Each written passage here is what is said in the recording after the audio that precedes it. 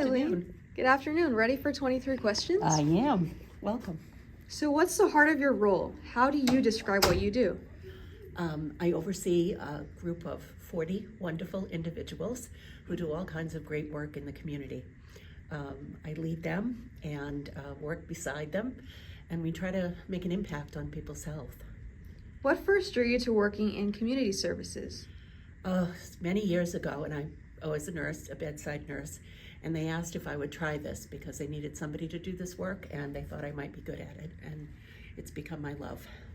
And has your idea of community changed since starting this role? Very much, very much. We have very strong partnerships now, which we developed over the last few years while I've been here, and that's helped immensely because we certainly can't do everything. So it's nice to have partners that can help us with things.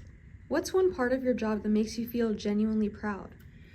Well, our mobile market, which you're familiar with. Yeah.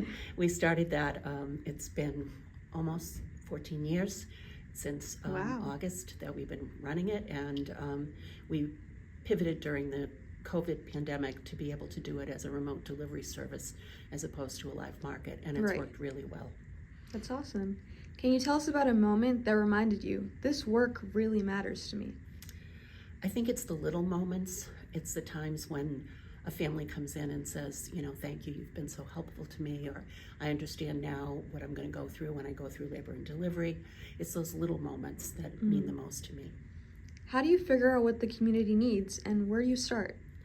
So we just completed our, every 3 years we do a community health needs assessment, and we reach out to the community with surveys, we do stakeholder interviews, we do focus groups, and then when we get it all done, we go and do a couple of listening sessions so we can say, does this seem right to you? Right. And then we put it together, and this morning the Board of Trustees at Tufts Medicine Melrose Wakefield approved it. So it'll be going up on our website very soon. And what's the first thing you look or listen for when you enter a new neighborhood or space? I try to learn and listen, not to do a lot of talking, but really try to let the people tell me what it is that they're interested in, what they need. And what kind of relationships are essential to making community work successful? Trusting relationships. Who do you learn the most from in the community? I think I get a lot of good information from our Board of Health directors and also from the residents themselves, especially people with lived experience. So if you want to talk about, for example, SNAP or food stamps, talk to someone who's getting those benefits and you'll learn a lot about the program. And what's a program or service that you think deserves way more attention? I would love to see more mental health services in the community. Absolutely. Just so needed, especially for our adolescent population. Yeah, I agree with that. And how do you make sure your programs actually fit the real needs and challenges people in the community face? Well, we try very much to use evidence-based or evidence-informed programs, things that have proven to work, and then tailor those to meet the needs of our community. For example, we did a project with the Boys and Girls Club of Stoneham and Wakefield, and we used SBIRT, which is screening, brief intervention, and we were able to screen that many of the young people there, especially our LGBTQIA+ kids, had a lot of depression, anxiety, suicidal ideation, and we were able to pay for a therapist to be there on site to help the kids, and it just means a lot. How do community voices shape the way you approach your work? We try to listen, we try to translate things so that people can read in the language they're most comfortable with, and trying to think about different age groups and marginalized populations to make sure that we're getting those people who have the least voice and giving them a stronger voice. What's the most meaningful conversation you've always had as part of your role? I think to make a promise to someone and fulfill that promise. So I often will say, I can't do that, but I can do this instead, because we're limited with funding and staffing, and we have to be good to our word. What's one thing you look forward to in your workday, no matter how busy it gets? Oh, I enjoy seeing the children down here at WIC. That's one of my favorite things.